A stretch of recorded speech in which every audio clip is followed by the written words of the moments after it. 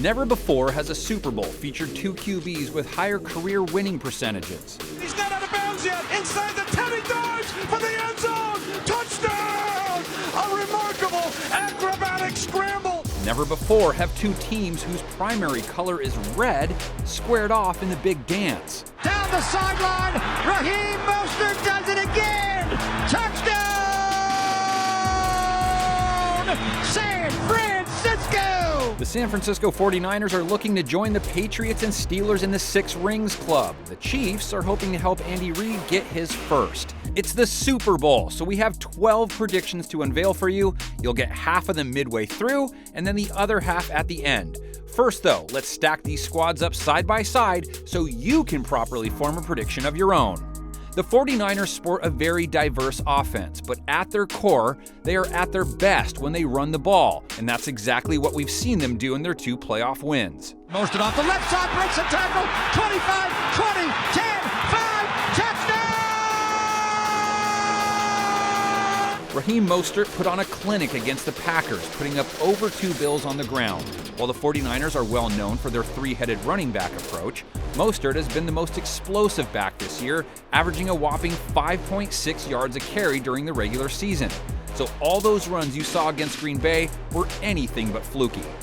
Raheem Mostert has 4 rushing touchdowns and the most yards rushing in a playoff game in 49er history. The 49ers had the second most rush attempts this year and averaged the second most rush yards per game this year. And while the Chiefs may feel like they just shut down the league's most dangerous running back, Mostert's style is built on speed more than it is power. He hit 15+ miles per hour on 9 of his 29 carries in their win over Green Bay, and did so on 28.7% of his regular season runs, which was third highest of any back. Toss to Mostert, cuts back.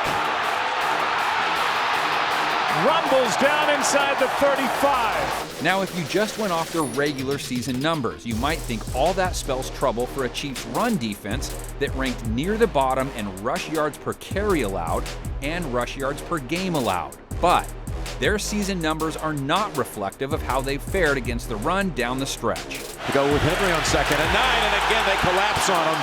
The fact is, as hot as the Niners' run game is, Derrick Henry was the hottest thing going on the ground in the NFL, and KC held him to a measly 3.6 yards a carry, which eventually took Tennessee out of its preferred game plan, which is exactly what the Chiefs will try and do to the Niners. If they succeed, that would put the ball in the hands of Jimmy Garoppolo more often, who hasn't had to do too much in the playoffs, but has shown when he is called on, he's plenty capable of coming through. Garoppolo throws wide open, Samuel still going.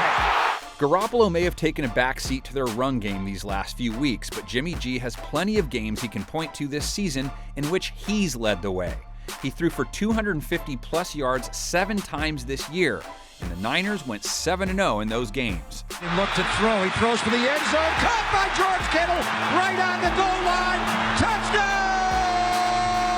So even if he's been a little quiet on their drive to Miami, he could make some noise once he's there. Now, the way the Niners passing game usually makes its mark, quick passes to receivers like Deebo Samuel, who has played a big role in Garoppolo leading the NFL in yards after the catch. Deebo Samuel turns on the Jets.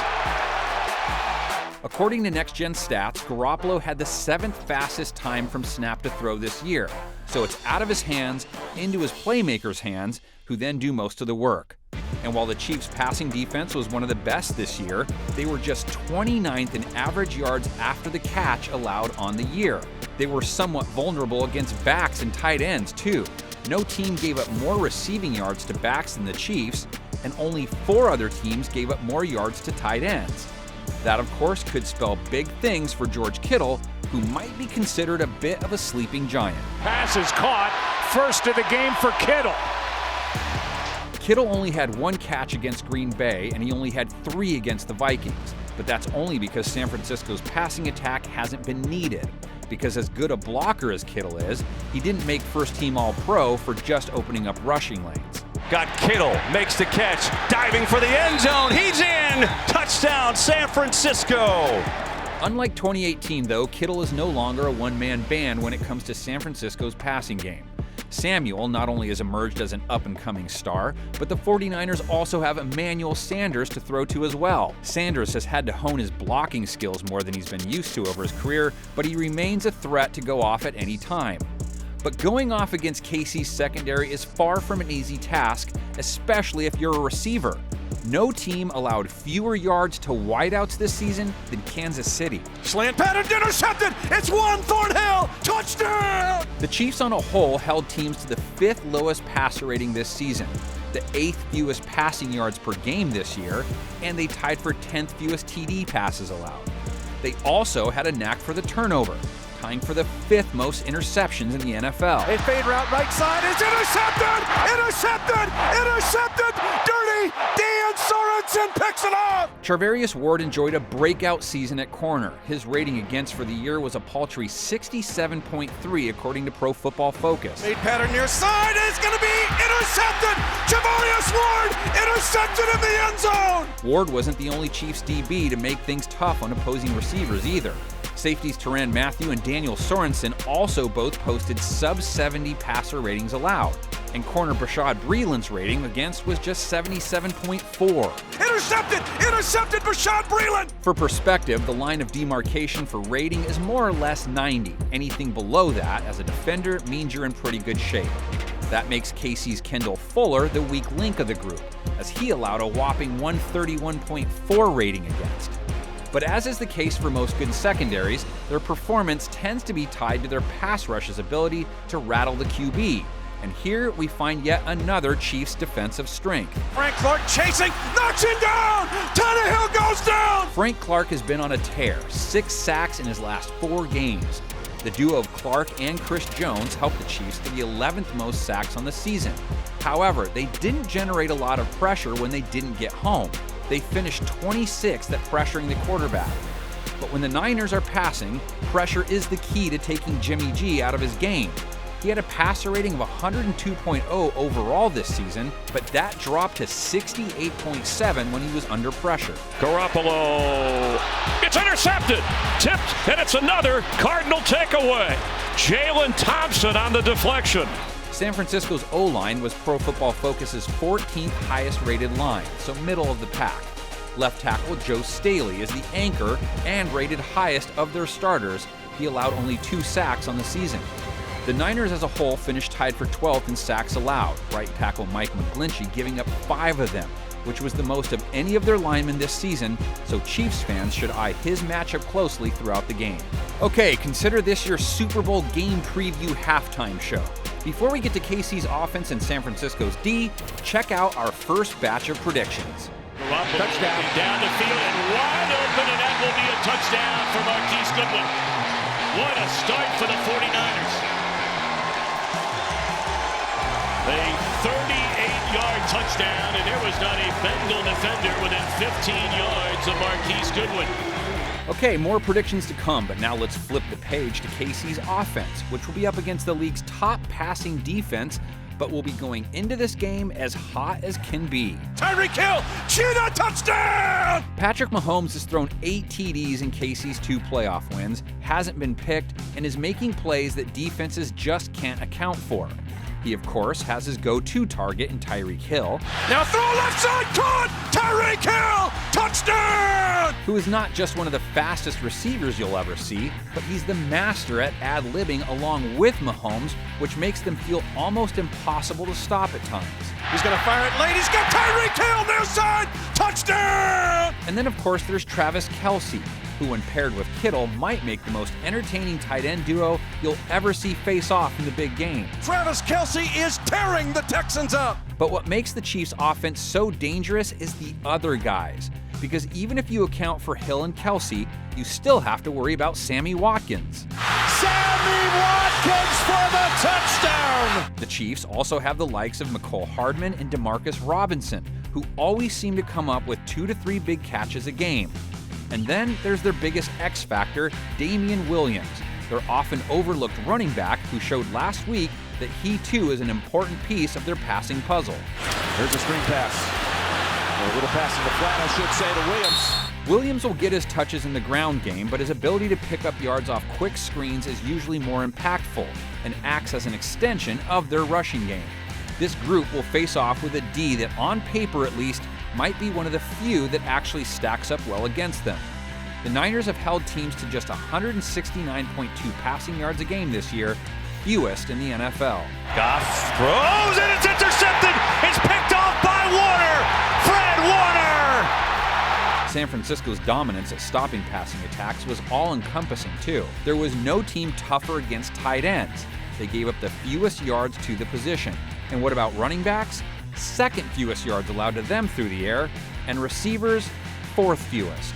Now D.FORD's on the other side, runs a game inside throw, intercepted by Emmanuel Mosley. He's back and dropped on the 30-yard line. Emmanuel Mosley's interception of Aaron Rodgers was the latest big play made by the young corner, who took over as starter late in the year and has provided a big boost to an already elite secondary.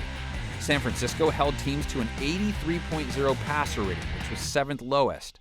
They gave up the fewest passing yards per game, fewest yards per attempt, and fewest yards per completion.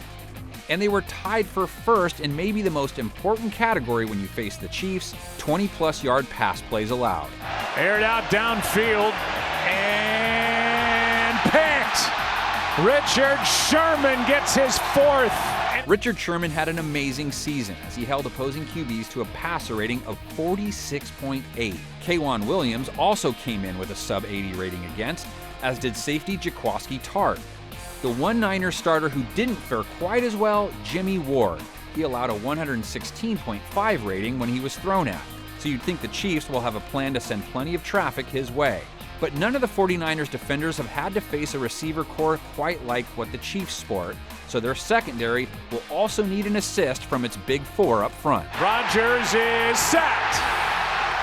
N.BOSA and company took Aaron Rodgers down 3 times, and for the year, tied for the 5th most sacks. What makes that figure so impressive is they did not blitz a whole lot this year, preferring to let Bosa, A.ARMSTEAD, DeForest Buckner, and D.FORD handle things on their own most of the time. Ball is out. It's a live ball. It feels like their ability to get their hands on Mahomes will be as big a factor as any this game. The Chiefs were rated 17th best overall by PFF, right tackle Mitchell Schwartz, their highest rated lineman at 84.0. Left tackle Eric Fisher did not fare as well, finishing with a 64.3 grade, so his matchup with Bosa or Ford will be key. Overall, though, the Chiefs were tied for 3rd best when it came to sacks allowed. Mahomes, of course, helping prevent them with his elite scrambling abilities. Turning the corner, fires downfield, caught, touchdown! And as good as Mahomes is at using his legs to avoid pressure, he reminded everyone in the AFC conference game that he can just as easily use them to pick up yards, too. Look at Mahomes. That's an 11-yard run. Mahomes has back-to-back games with 53 rushing yards, giving him 4 games with 50-plus rushing yards this season, meaning he has to be accounted for. The 49ers, meantime, have given up a lot of yards on the ground to QBs this year. Overall, they allowed the 3rd most rushing yards to the position at over 5 yards a run. Mahomes' mobility can be especially frustrating on a defense on 3rd down because it's incredibly deflating when you have all of his receivers covered, only to watch him casually break containment. It's no wonder then the Chiefs were the #1 team in the NFL at moving the chains. And running with it is Mahomes. He scrambles again. But as good as the Chiefs were at keeping drives alive, the Niners' D was almost just as good at ending them. San Francisco was 3rd best at stopping teams from converting 3rd downs. And when you're good at that, you're also good at keeping teams from getting inside your 20. The Niners tied for 2nd fewest red zone attempts. Going for it all. There's a lot of contact there, and Diggs can't hold on. What a play. However, when teams did get into San Francisco's red zone, they had success. The Niners were tied for 22nd at preventing teams from scoring TDs inside the 20, which creates a something has to give scenario because the Chiefs, for all their offensive prowess, were just 20th when it came to red zone offense. A strange weakness versus weakness for 2 teams that generally excel otherwise. Okay, before we go, a quick reminder of some other factors you can watch for.